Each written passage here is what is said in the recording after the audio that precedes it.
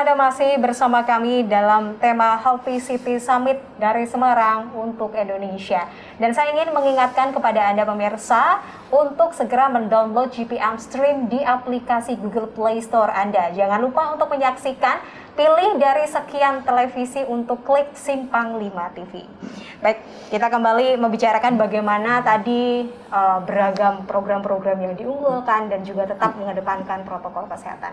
Ini menjadi tantangan tersendiri, di mana ini adalah Healthy Cities Summit begitu, dokter, dan juga di situasi pandemi begitu. Silahkan. Oke, ini sebetulnya sesuatu yang luar biasa dan sangat berharga untuk kabupaten kota, baik yang sudah melaksanakan kota sehat atau kabupaten sehat atau yang belum. Kenapa? Di dalam kegiatan Healthy City Summit kali ini yang di Kota Semarang itu begitu sangat komplitnya. Mengapa saya bilang komplit?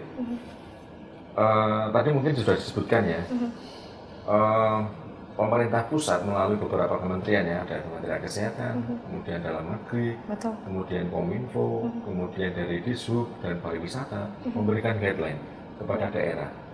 Ini loh guideline-nya kalau misalnya berhubungan dengan kabupaten kota sehat masing-masing bidang.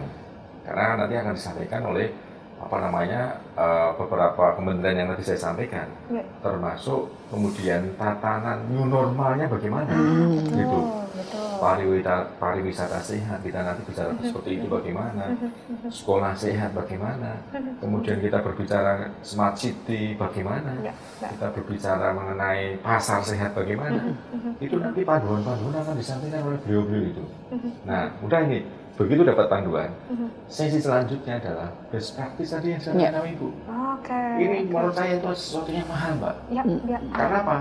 Ini nanti akan disampaikan oleh kepala daerahnya masing-masing, Mbak. Misalnya Banyuwangi ya Bu ya. Nanti akan menyampaikan pariwisata sehatnya. Betul. Nggak usah jauh-jauh. Jadi di Kota Semarang Anda akan dapat semuanya. Nanti kemudian, bertukar pikiran betul. tadi ya.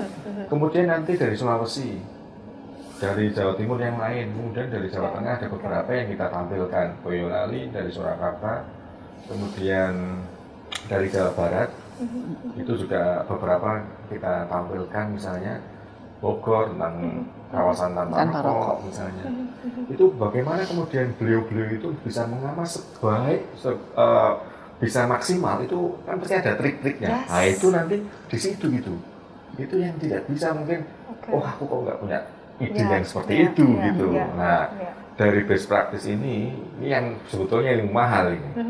Nah, jadi kalau kawan-kawan tidak ikut atau mungkin sudah mau ikut tapi ditutup, silahkan nanti melalui YouTube streaming. Gitu. Jadi jangan khawatir. Enggak, satu lagi. Apa lagi tuh, dokter? Kan kalau tadi itu kan best practice-nya kan dari kota, kabupaten, kota se-Indonesia. Kita juga kasih best practice juga dari negara-negara yang mungkin, mohon maaf ya, dari kata-kata healthy city-nya itu mungkin mereka sudah melakukan duluan. Korea, Australia, kemudian WHO.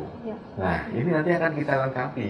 Bagaimana teman-teman yang mungkin sudah swastika Bawistara untuk mengejar seperti kota-kota besar di Korea, di Australia, di dunia. Itu nanti pasti akan disampaikan sama beliau-beliau itu. Luar biasa sekali ya. Nah, sekali lagi harus ikut ke Kota Semarang. Betul. Jadi di sana tempat bukan hanya bertukar pikiran, tetapi juga mencuri resep dari satu kabupaten atau kota lain begitu. Dokter, dengan begitu kompleksnya dan juga kegiatan segala macam, apa sebenarnya yang diinginkan pasca kegiatan Healthy City Summit? Harapannya kemudian kabupaten kota sehat, misalnya pemimpin atau mungkin Pak Wali, Bu Wali, atau mungkin kota forum kota sehatnya sudah ada dan hadir, mereka harapannya kan kemudian bisa mengaplikasikan karena sudah dapat knowledge, kemudian dapat gambaran, ada site visit, kemudian ternyata dengan seperti itu dia pasti akan mampu.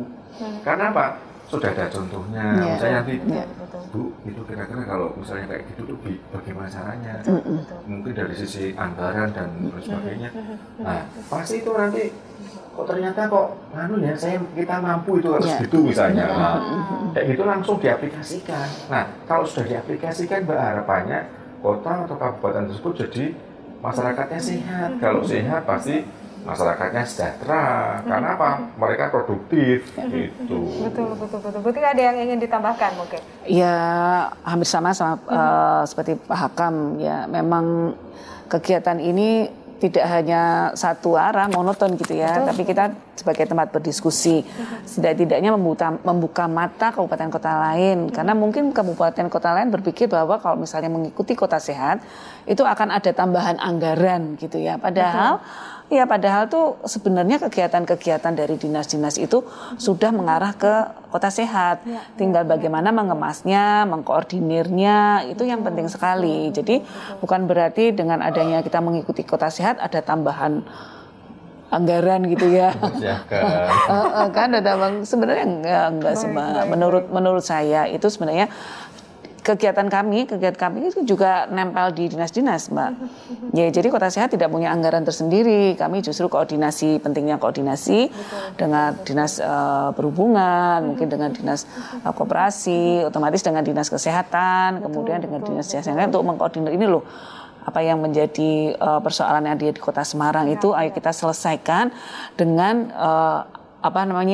anggaran di masing-masing dinas, masing-masing OPD begitu.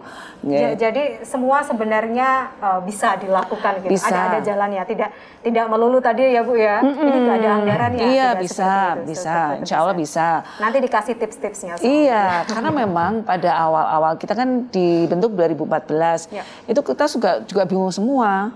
Bingung semua, saya termasuk bingung, yang ditunjuk jadi ketua juga bingung. Aku harus gimana gitu ya. Sehingga sedikit demi sedikit kita belajar, kita mengundang camat, kita mengundang lurah, karena kan yang ada di lapangan ya. Kita diskusi, kemudian kita datang ke dinas-dinas untuk mensosialisasikan gitu. Sebenarnya itu bukan menjadi penghalang ya, apa yang sudah dikerjakan oleh dinas-dinas itu sebenarnya udah bagian dari Kota Sehat gitu. Tinggal kita mengemasnya bagaimana, mengkoordinirnya bagaimana. Termasuk beberapa waktu yang lalu kita sempat mengkoreksi Satpol. Ya, itu tugas kami gitu, mengingatkan bahwa harusnya kalau di kantor itu nggak boleh ada yang rokok dong, karena kan ada perdanya begitu ya. Kita langsung ke Satpol, ini dong tolong perda ini ditegakkan supaya tidak ada yang merokok di lingkungan kantor, di sekolah, di transportasi. Itu kita mengingatkan. Nanti kita lanjutkan setelah jeda pariwara berikut ini. Pemirsa, jangan kemana-mana.